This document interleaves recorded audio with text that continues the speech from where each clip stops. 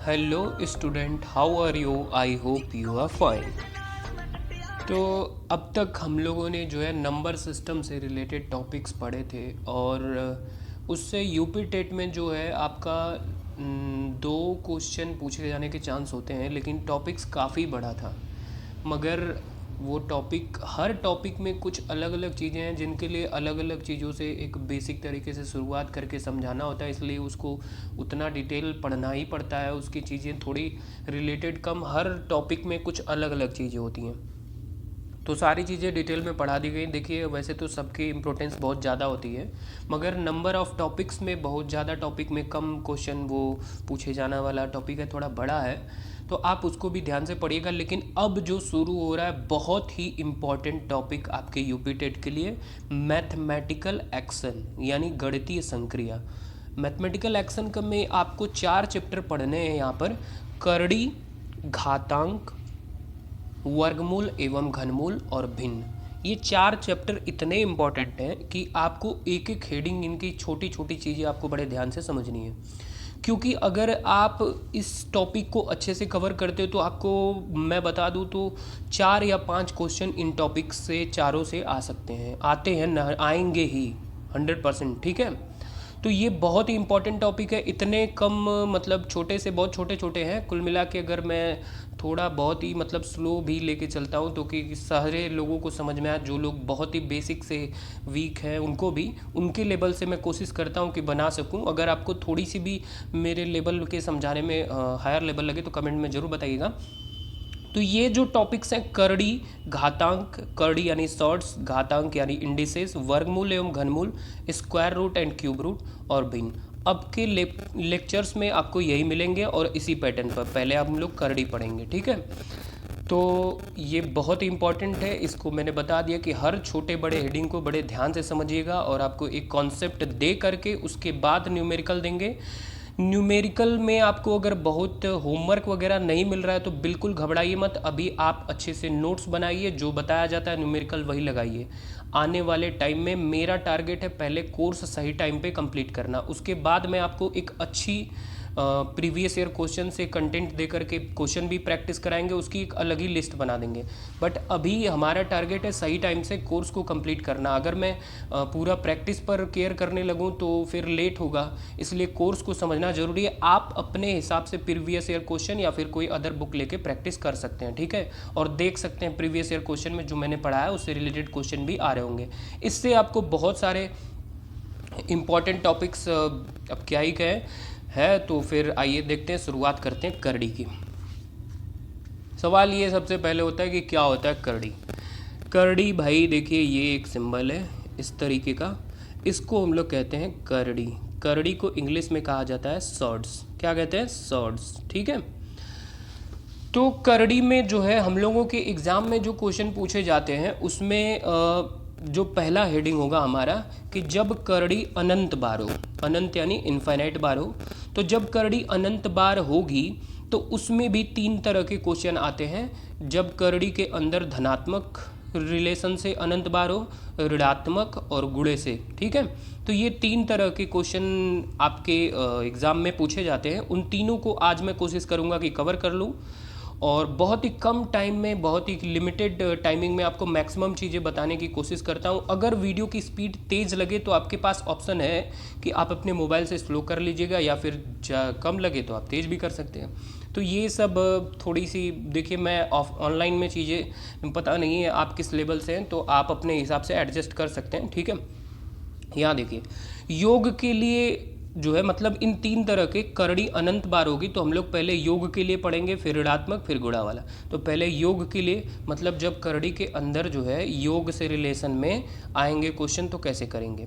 तो ध्यान से देखिए, यहाँ लिखा हुआ है योग के लिए, जब योग के रूप में करड़ी अनंत बार हो तो ऐसे प्रश्नों को हल करने के लिए करड़ी के अंदर की संख्या का ऐसा गुणनखंड करते हैं कि गुणनखंडों का अंतर 1 हो। ऐसी स्थिति में बड़ा गुणनखंड धनात्मक एवं छोटा गुणनखंड ऋणात्मक होगा। समझ रहे हैं आप? नहीं समझ रहे हैं, घबराइए मत, ठीक है। देखिए, एक क्वेश्चन हमने लिया यहाँ करड़ी बनी है, करड़ी, करड़ी, करड़ी के अंदर 30 प्लस करड़ी फिर 30 प्लस करड़ी plus dot dot dot infinite, ये इनके ऑप्शन दिए गए हैं। इसका क्या पूछा है इसने, मान का मान बताइए, ठीक है, का मान। तो आपको देखिए धनात्मक वाले में जब मैं अभी बताया हूँ कि योग के रूप में करड़ी हो तो अनंत बार हो, तो ऐसे प्रश्नों को हल करने के लिए करड़ी के अंदर की संख्या का गुणनखंड करेंगे, लेकिन गुणनखंड का अंतर 1 होना चाहिए। तो 30 इसके अंदर है, 30 का आप गुणनखंड करिए ऐसा कि उसका अंतर 1 हो, यानी कुल मिला के कहूँ तो क्रमागत हो, ठीक है, तभी अंतर 1 होगा। तो 30 का अगर आप गुणनखंड देखिए 6 गुणे 5 करते हैं तो 6 और 5 का अंतर भी 1 होता है। ये तो आपको थोड़ा सा कॉमन सेंस से करना होगा क्योंकि आपको क्वेश्चन तेज करने हैं स्पीड में, इसके लॉन्ग प्रोसेस को भी अभी दिखाऊंगा।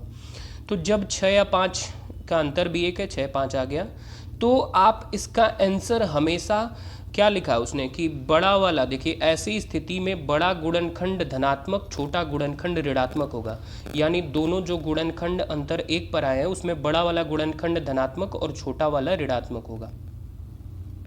अब आपका सवाल होगा कि आंसर कौन सा होगा, तो जब भी आप इस तरीके से पाएंगे तो बड़ा वाला गुणनखंड आंसर होगा धनात्मक, या फिर कभी कभी ये दोनों देता है आंसर में कि +6 या -5, दोनों एक को अगर लिख दे तो आप दोनों को लगाएंगे। लेकिन अगर इसमें दोनों ऑप्शन में, जैसे देखिए +6 और -5 दोनों है, तो आप हमेशा धनात्मक वाला देंगे, ठीक है। अब आपका सवाल होगा कि ये आंसर 2 आता ही क्यों है, तो उसका वजह ये है कि उसका वजह ये डिटेल सॉल्यूशन में आपको समझना होगा, तब आपको पता चलेगा कि क्यों आता है, ठीक है। तो डिटेल सॉल्यूशन समझने के लिए आप जान लीजिए, लेकिन आपके क्वेश्चन ऐसे सॉल्व करेंगे नहीं, ठीक है। अगर आप ऐसे करने लगेंगे तो बहुत लॉन्ग हो जाएगा, फिर भी चीज़ें कहाँ से आई आपका डाउट ना रहे, चीज़ें समझिए, इसलिए बता देते हैं। और आगे आपको नौकरी लेनी है तो सुपर टेट वगैरह में भी ये काम आएगा। देखिए यही क्वेश्चन जो मैंने ऊपर लिखा है वो लिख लिया, उसके बराबर मैंने x मान लिया, ठीक है। अब होता क्या है कि दोनों पक्षों का हम लोग वर्ग करते हैं, एक रूल होता है मैथमेटिकल रूल। तो जब दोनों पक्षों का वर्ग करेंगे तो एक बात आपको बता दें, पहले से पता भी होगी कि कभी भी करड़ी में करड़ी वाले नंबर से मल्टीप्लाई हो जाए सेम नंबर से, जैसे करड़ी में 3 का अगर गुणा हो तो वो 3 आ जाता है, समझ रहे हैं, नहीं जानते हैं तो जान लीजिए। करड़ी के अंदर अगर सेम नंबर हो और करड़ी का आपस में गुणा हो, 2 करड़ी का, तो वो एक बार लिख लिया जाता है। अगर ये 4 बार आए तो 3 का स्क्वायर हो जाएगा, तो ये 2 बार आया तो 3 का लिखा गया, ठीक है। तो देखिए ध्यान से, कुल मिला के वर्ग किया जाए तो वो करड़ी हट जाती है, समझ रहे हैं। करड़ी में x का अगर वर्ग किया जाए, जैसे करड़ी में x का अगर वर्ग कर दिया जाए तो ये आपका x हो जाएगा, ठीक है। अब देखिए ध्यान से, जैसे ही दोनों पक्षों का वर्ग करेंगे तो करड़ी में 30 का यहाँ 30 हो जाएगा। भाई यहाँ पे जो करड़ी लगी है ये देख रहे हैं आप, ये करड़ी जो है आपका इसके ऊपर लगी है, ठीक है, इन सब के ऊपर भी लगी है, तो इनके ऊपर से भी ये वाली करड़ी, ये पहली वाली हट जाएगी और ये 30 वाला बाहर हो जाएगा अगर वर्ग करेंगे तो, ठीक है। और ये सारी ऐसे लिख दी जाएंगी। अब x² बराबर होगा, क्योंकि इधर भी तो वर्ग होगा, दोनों पक्षों का वर्ग कर रहे हैं तो इधर भी वर्ग होगा और इधर भी वर्ग होगा, तो ये ऐसे बाहर चला आएगा, ठीक है। फिर उसके बाद होगा क्या, आप ध्यान से देखिए कि ये जो चीज़ें थी इसी को आपने x माना था, ठीक है, और ये वही तो है भाई, इनफाइनाइट बार में एक बार कम हो गया, ये कुल मिला के वही बात है कि समुद्र में से एक बाल्टी पानी निकाल लिया। इनफाइनाइट का मतलब समझते हैं, समुद्र ही है, तो समुद्र में से एक बाल्टी पानी निकालनी है तो कम होगा कि नहीं, ये कैसे पता चलेगा, तो ये कम होगा ही नहीं, ठीक है, उस पर कोई इफेक्ट नहीं पड़ेगा। यानी ये जो चीज़ें आप देख रहे हैं ये पहले से भी था, वही है। अब आप इसके जगह x लिख सकते हैं, बिल्कुल लिख सकते हैं, तो 30 + x बराबर x²।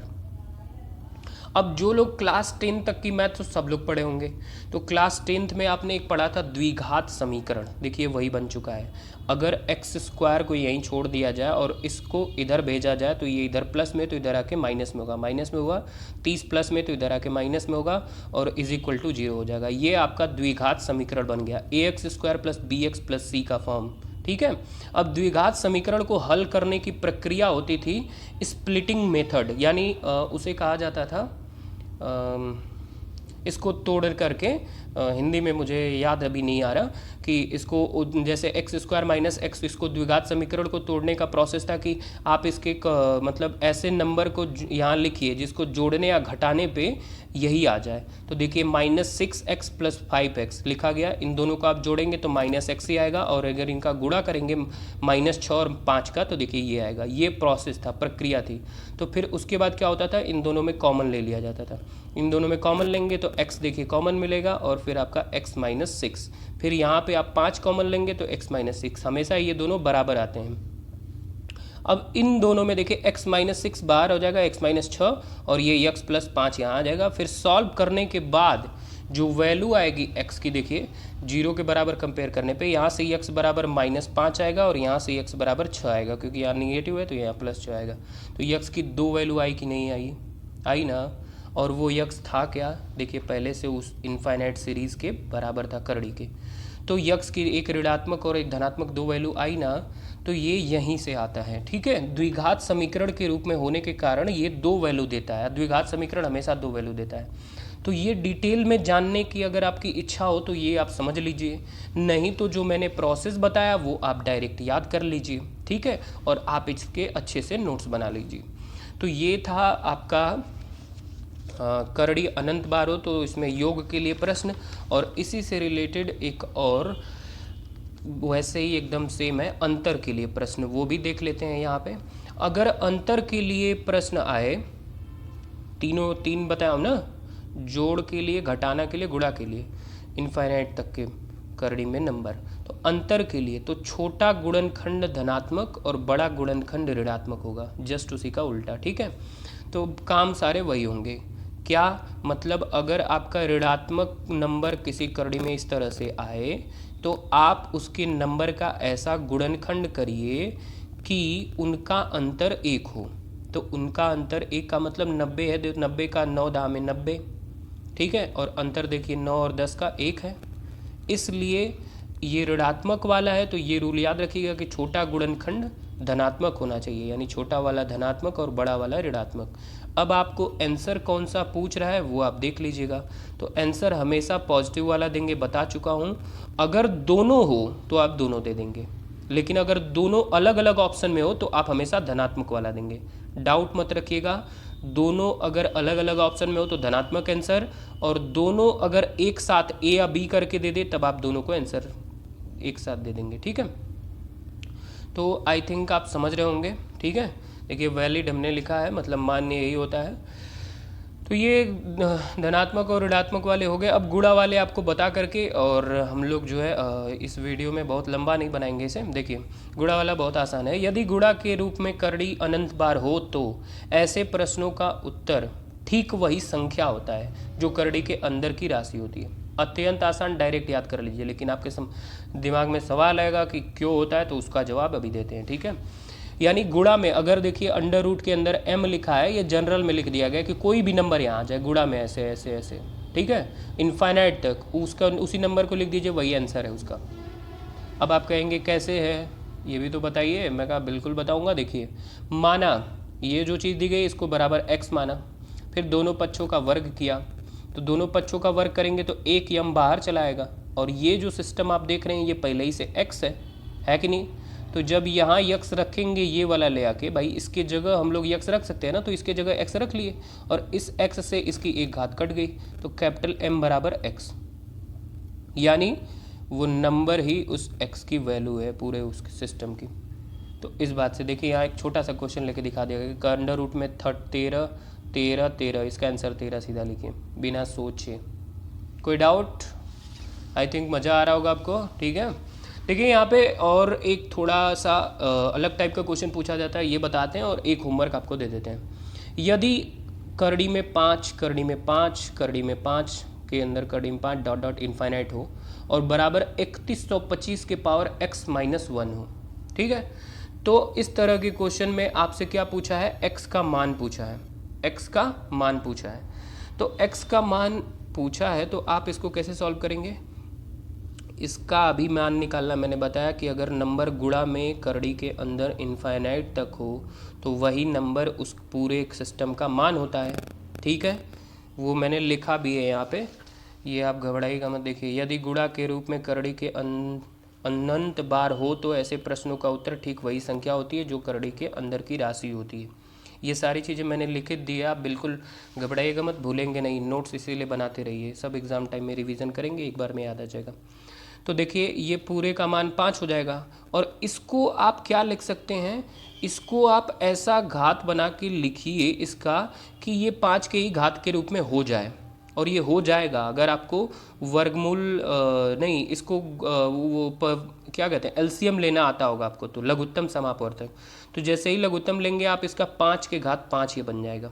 ठीक है, अब 5 के घात 5 बनेगा, के पावर पहले ही से x-1 है, ये 5 के घात 5 बनेगा, उसके पावर x-1 है, तो पावर का इसमें गुणा हो जाता है, तो गुणा होने के बाद ये 5x और ये -5 बनेगा। फिर जब दोनों के बराबर के दोनों साइड अगर बेस सेम हो तो ऊपर की घात की तुलना हो जाती है, तो 1 बराबर 5x - 5 आ जाएगा। तो 5x - 5 बराबर 1। और फिर हम लोग जो है अगर इसे सॉल्व करें तो -5 नंबर है, इस नंबर के साइड जाएगा तो +6 बन जाएगा। और ये 5x बराबर 6, तो x बराबर करने के लिए ये 5 इधर भेजेंगे, तो 6/5, यानी x की जो वैल्यू आई 6/5, और उस ऑप्शन में से लगा देंगे। ठीक है, तो आई थिंक आपको समझ में आ रहा होगा। और अगर आपको थोड़ा भी डाउट हो तो बिल्कुल बताइए कमेंट में, और ये आपके लिए होमवर्क है। ठीक है, फिर मिलते हैं नेक्स्ट टॉपिक में और इसी से के नेक्स्ट वीडियो में। Thanks for watching this video, like share subscribe करते रहे, थैंक यू।